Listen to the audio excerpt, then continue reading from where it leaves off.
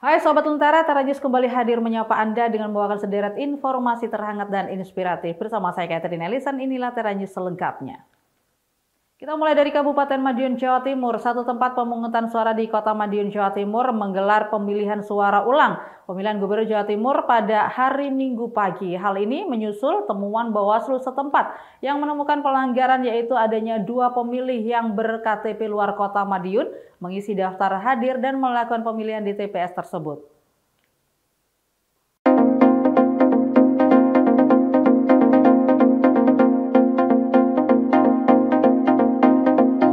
Pemungutan suara ulang pemilihan Gubernur dan Wakil Gubernur Jawa Timur dilakukan di TPS 10 Kelurahan Taman, Kecamatan Taman, Kota Madiun yang diikuti dengan jumlah pemilih 594 orang. Ketua Bawaslu Kota Madiun, Wahyu Cesar Trisulistyo Nugroho, menyampaikan bahwa Pilkada 2024, jajaran pengawas TPS dibekali dengan sistem pengawasan pemilih yang telah dikreat oleh Bawaslu Republik Indonesia, sehingga segala bentuk kegiatan pengawasan pada saat pemungutan suara dan perhitungan suara harus terekam dan termonitor dan diinput di aplikasi Siwasli, sehingga pengawasan tercatat di Bawaslu Provinsi dan Bawaslu Republik Indonesia. Berdasarkan hasil pengamatan, ditemukan ada dugaan pelanggaran pasal 112 ayat 2 huruf E, yaitu pemilih yang tidak terdaftar dalam DPT maupun pemilih pindahan menggunakan hak pilihnya di Kota Madiun. Yaitu ada 2 pemilih yang ber-KTP Surabaya dan Probolinggo, sehingga diberikan 1 jenis surat suara, yaitu pemilihan Gubernur dan Wakil Gubernur Jawa Timur. Sebagaimana pasal 50 PKPU nomor 17, Panwaslu Kecamatan memberikan rekomendasi melalui Bawaslu Kota untuk diteruskan ke KPU dan dilakukan pemungutan suara ulang. Dikarenakan kedua orang tersebut setelah dicek di daftar hadir mengisi daftar pemilih tambahan atau pemilih khusus, sedangkan daftar hadir hanya dikhususkan untuk pemilih yang tidak terdaftar pada pemilih tetap atau pemilih pindahan yang dikhususkan bagi pemilih ber-KTP Kota Madiun, sedangkan yang bersangkutan ber-KTP luar Kota Madiun. PSU ya Mas, yang pertama untuk Pilkada tahun 2024 atau pemilihan tahun 2024 ini jajaran pengawas TPS dibekali dengan sistem yang namanya Siwasli, sistem pengawasan pemilih yang telah dikreat oleh Bawaslu Republik Indonesia, sehingga segala bentuk kegiatan pengawasan pada saat pemungutan dan perhitungan harus terekam dan termonitor dan diinput di aplikasi yang namanya Siwasli, sehingga terhadap catatan pengawas TPS termonitor oleh Bawaslu RI maupun Bawaslu Provinsi. Berdasarkan pencermatan atas hasil pengawasan, ditemukan ada dugaan pelanggaran pasal 112 ayat 2 huruf E, yaitu pemilih yang tidak terdaftar dalam DPT maupun pemilih pindahan menggunakan hak pilihnya di Kota Madiun. Yaitu ada 2 pemilih yang ber-KTP Surabaya dan juga Probolinggo, sehingga itu menjadi syarat dan itu diberikan hak pilih, diberikan surat suara, 1 jenis surat suara pemilihan yaitu surat suara gubernur. Dan sebagaimana pasal 50 PKPU nomor 17, Panwaslu Kecamatan bisa memberikan rekomendasi melalui Bawaslu Kabupaten atau Kota untuk diteruskan kepada KPU dan dilakukan pemungutan suara ulang. Itu yang melatar belakangi. Jadi ada pemilih, ada 2 orang pemilih atau lebih dari seorang pemilih yang tidak terdaftar dalam DPT Kota Madiun maupun pemilih pindahan Kota Madiun yang menggunakan hak pilihnya di Kota Madiun. Ketua KPU Madiun, Pita Anjarsari, menyampaikan bahwa rekomendasi dari Bawaslu yang meminta pemungutan suara ulang khusus di TPS 10 Kelurahan Taman, Kecamatan Taman, Kota Madiun dengan jenis pemilihan Gubernur dan Wakil Gubernur Jawa Timur, sehingga KPU Kota Madiun menindaklanjuti untuk melakukan pemungutan suara ulang sama dengan yang dilakukan pada tanggal 27 November 2024. Dan pada saat ini sedang berlangsung rekapitulasi perhitungan suara di tingkat Kecamatan Taman, sehingga nantinya hasil pemilihan akan disusulkan kecamatan setelah dilakukan perhitungan di TPS. Satu TPS ini alasannya karena kita menerima rekomendasi dari Bawaslu. Jadi rekomendasi dari Bawaslu itu bahwasanya kita harus melaksanakan pemungutan suara ulang khusus di TPS 10 Kelurahan Taman untuk jenis pemilihan Gubernur dan Wakil Gubernur. Maka atas dasar rekomendasi itu ya, karena kita wajib menindaklanjuti, ya kita lanjuti sesuai dengan isi rekomendasi. Memang permasalahan awal apa sih? Menurut Bawaslu, permasalahan yang menyebabkan PSU adalah ada orang yang ber-KTP luar Kota Madiun menggunakan hak pilih di TPS 10 Kelurahan Taman untuk pemilihan gubernur saja. Jadi KTP-nya luar Kota Madiun, terus diberi surat suara gubernur oleh teman-teman yang tidak terdaftar di DPT Kota Madiun. Terus tindakan selanjutnya sampai saat ini selain pilihan ulang? Untuk tindakannya ya hanya pilihan ulang saja, artinya pilihan ulang nanti semuanya mutatis mutandis dengan pelaksanaan pemungutan suara ulang seperti kemarin tanggal 27. Jadi penghitungannya juga sama, nanti pemungutan suaranya sampai selesai juga sama. Terus kemudian nanti kita susulkan rekapitulasi di tingkat kecamatan. Jadi saat ini kan kecamatan sedang melakukan rekap. Nah, nanti setelah pemungutan suara ulangnya ini selesai, dihitung di sini, nanti kita akan berangkatkan ke kecamatan untuk sama-sama mengikuti rekapitulasi. Untuk menarik masyarakat, KPU Kota Madiun bekerjasama dengan Pemkot Madiun untuk mensosialisasikan kepada masyarakat di TPS 10. Berharap animo masyarakat tinggi, maka KPU Kota Madiun menyediakan door prize dan makan gratis agar masyarakat mau datang ke TPS kembali untuk melakukan pemungutan suara. Wida Koprastyo melaporkan untuk Lentera TV.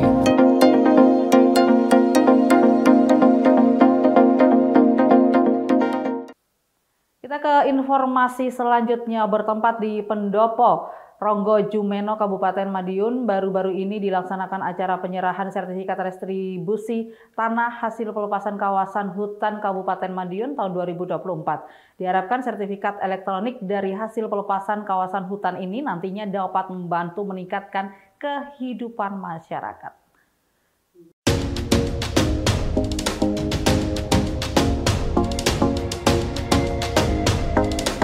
Pemerintah Kabupaten Madiun bekerja sama dengan Kementerian Agraria dan Tata Ruang Badan Pertanahan Nasional atau ATR BPN, Kantor Pertanahan Kabupaten Madiun baru-baru ini melakukan penyerahan sertifikat redistribusi tanah hasil pelepasan kawasan hutan. Penyerahan sertifikat yang terdiri dari fasilitas umum atau FASUM, fasilitas sosial atau FASOS, dan pemukiman ini dilaksanakan di Pendopo Ronggo Jumeno. Perlu diketahui bahwa sertifikat yang diserahkan terdiri dari 6 bidang sertifikat elektronik pemukiman, 52 bidang sertifikat elektronik FASUM, FASOS desa, dan 12 bidang sertifikat tanah elektronik FASUM FASOS barang milik daerah atau BMD.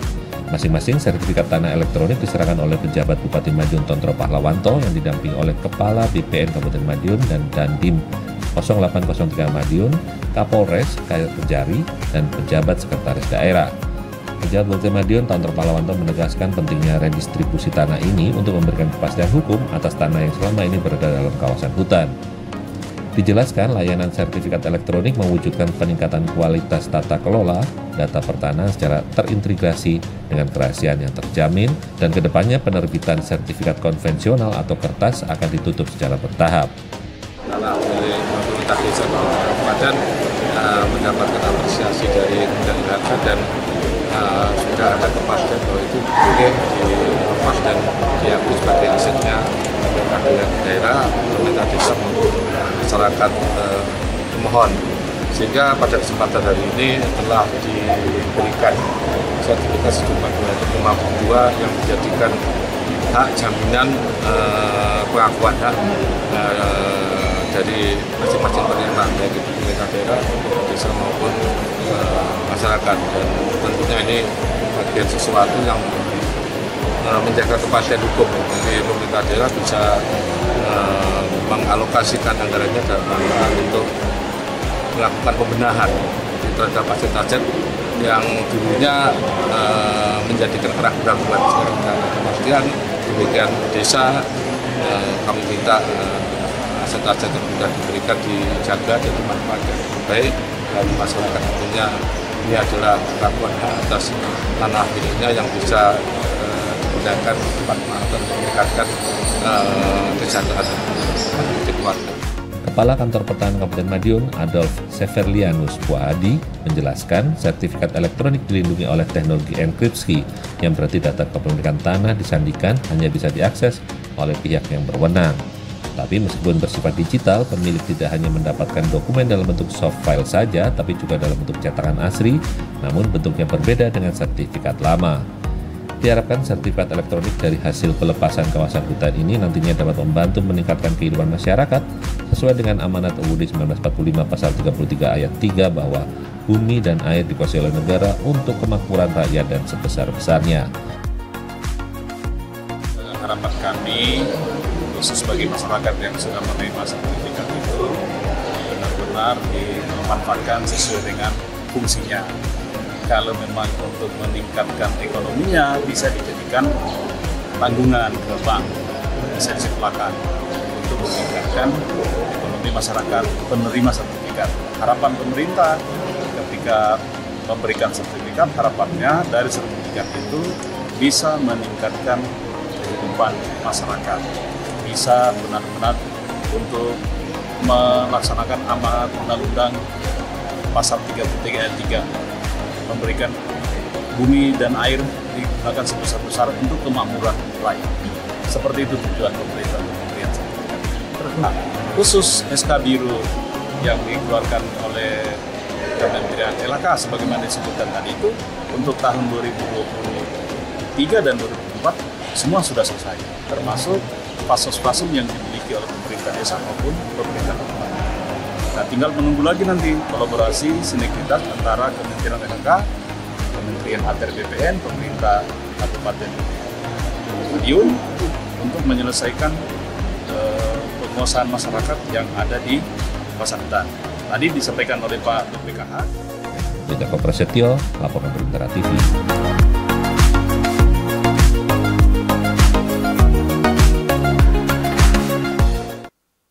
Sesaat lagi kita akan membahas tentang kedai frozen yogurt yang bernuansa Bali di Amerika Serikat. Jadi tetap bersama kami di Tera News.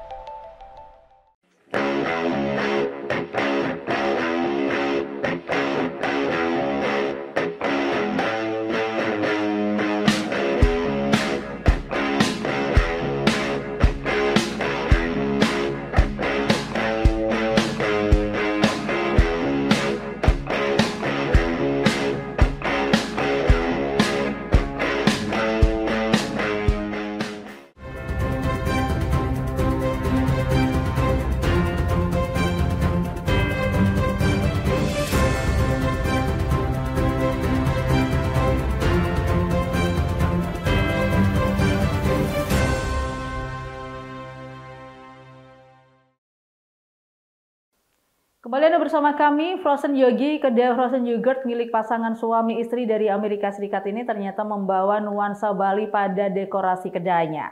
Tidak hanya itu, kedai yang dibuka di Warrenton, negara bagian Virginia itu juga menawarkan minuman kopi dan teh khas Indonesia.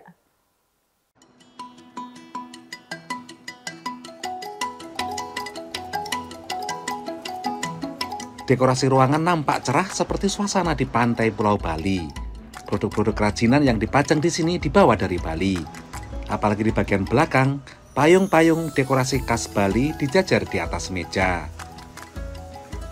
We decided we can move back here full-time during the pandemic, and then we decided, well, why don't we just bring all the fun things that we enjoy from Indonesia back to America? And there seemed like there's quite a lot of excitement and demand for it here.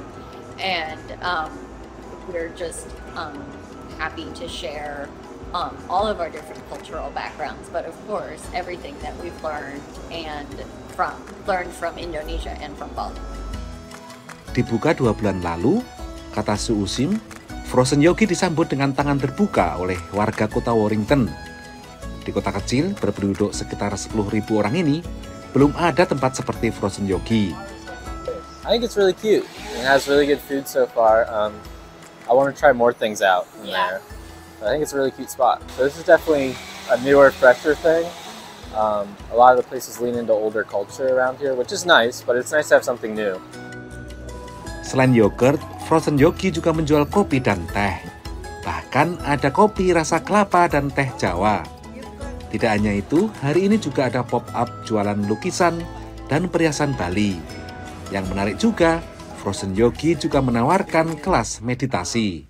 There is also been an interest in all things Balinese out here, and so we are offering meditation courses and different aspects of Indonesian culture. We hope to have gamelan here and dances here, and just bringing Indonesian culture into this small town. Nairi Figuroa, warga lokal ini senang ikut meditasi Bali untuk pertama kalinya. I thought it was very relaxing, enlightening, because I learned a few things about Balinese meditation that I had not known about before, so it was appreciated. Nairi yang berasal dari kawasan Karibia ini memesan teh boba rasa mangga. Katanya, dibukanya Frozen Yogi ini menambah keragaman kota di Virginia yang berjarak 90 km dari Washington DC ini. As someone who comes, again, I mentioned from the Caribbean, I look forward, or I'm excited to see different groups of people or communities introduced into this community. I just think the diversity helps shed love and spread, a little more education to us all about different groups of people in our area. Saat ini, Suusim masih punya 2 gerai Frozen Yogi di Bali. Membuka usaha kecil di Indonesia, katanya tantangan utamanya adalah menghadapi birokrasi pemerintah. Sementara di Amerika adalah pemasaran, karena persaingan yang ketat. Pemerintah di Amerika selalu mendukung usaha kecil. I think that there is such a place for Indonesian businesses, especially Indonesia has the best food in the world. We should have an Indonesian restaurant in every town in America. Jarang orang Amerika yang membawa usaha yang sama dari Indonesia ke Amerika seperti yang dilakukan Suusim. Meski menu utama Frozen Yogi bukan menu Indonesia, tapi atmosfer Indonesia khususnya Bali dihadirkan di sini. Karena itu tak salah jika dikatakan Frozen Yogi menjadi duta Indonesia di kota kecil ini. Dari Warrington, Virginia, Supriyono, VOA. Dengan misi menjembatani Indonesia dan Amerika Serikat, Laura Kohn, warga Amerika Serikat di Philadelphia, membangun bisnis From Bali to Us. Toko online yang dirintis sejak 1996 ini menawarkan berbagai karya seni dari Indonesia dengan kisah budaya dan kehidupan seniman pembuatannya. Mungkin waktu saya mulai 20 atau lebih tahun yang lalu, orang bilang, where is Indonesia? Ya, so tiap waktu saya bangunan pameran, saya ada maps. Itu penting sekali. Here's the map of Indonesia. It's halfway around the world. Saya kasih education begitu. Laura Kohn jatuh cinta dengan Indonesia 35 tahun yang lalu setelah mengunjungi Bali dan menetap di sana selama 2 tahun. Pelukis batik ini lantas merilis galeri online From Bali to Us tahun 1996 di Philadelphia. Galerinya menawarkan berbagai karya seni seperti topeng, kerajinan perak, patung dan ukiran, mainan tradisional anak-anak, hingga lukisan dan wayang. Kasih education tentang Indonesia, itu yang mission saya untuk kasih awareness. Secondary mission, to help Americans take down their prejudice and their boundaries. Semua benda seni yang dibawa Laura dari Indonesia memiliki kisah mengenai budaya dan kehidupan seniman di Indonesia. From Bali to Us, because to build bridges from here to there, whichever way we can to continue to support the artisans in Indonesia, bring them to us, and to support the Indonesian community. Dengan slogan Building Bridges from Bali to Us, menjadi wadah yang memberikan eksposur tentang Indonesia kepada warga Amerika untuk lebih memahami Indonesia. Actually, to me, we call her just Saraswati, so that's who she is. Yeah. And this is an old bronze piece from Solo. Setiap akhir tahun, Laura membuka galeri online-nya di daerah Chestnut Hill, kota Philadelphia, di mana ia dapat bertemu langsung dengan para pelanggan. From Lombok. It's a perfect combo. And what are you gonna put in your medicine box? Do you know? It's a great question. I have no idea yet. Isn't that fun? Yes. Ada juga pelanggan yang datang dari luar Philadelphia seperti Adam Homoki, warga Amerika di Boston, Massachusetts. My wife and I actually traveled to Indonesia, and Bali was one place we stopped as a part of our honeymoon 13 years ago. So I'm loving some of the craftsmanship and the wonderful artwork and everything we're seeing here. It brings me back to those days before we had kids. Melalui berbagai karya seni dari sekitar 50 seniman di Indonesia, Laura Kohn ingin semakin banyak warga Amerika yang lebih mengenal Indonesia. I don't care if you buy something, but you will know where Indonesia is. Dari Philadelphia, Pennsylvania, tim VOA.